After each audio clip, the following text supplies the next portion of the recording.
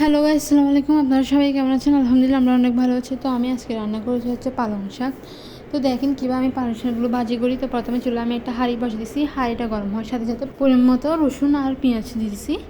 তো রসুন কুচি আর পেঁয়াজ কুচি দেওয়ার পর একটু ভালো করে নেড়েছে কিছুক্ষণ সময়ের জন্য আমি এগুলো একটু ভালো করে ভেজে নিচ্ছি।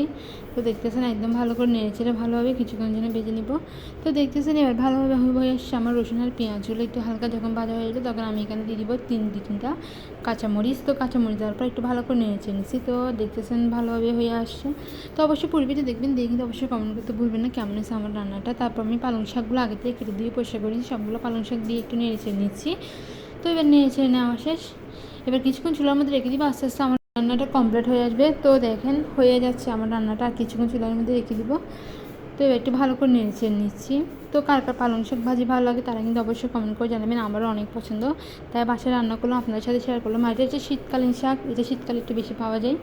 তো এবার হচ্ছে একটু লবণ দিয়ে দিয়েছি স্বাদ মতো। তো স্বাদ মতো লবণ দিয়ে একটু ভালো করে নেড়েছে নিচ্ছি। তো এবার দেখতেছেন হয়ে গেছে আমার পালং শাক ভাজি, চুলার আঁচটা বন্ধ করে দিয়েছি। তো পুরো ভিডিওটা দেখবেন। ভিডিও পর্যন্ত সবাই ভালো থাকবেন, সুস্থ থাকবেন। আল্লাহ হাফিজ, টাটা, বাই বাই।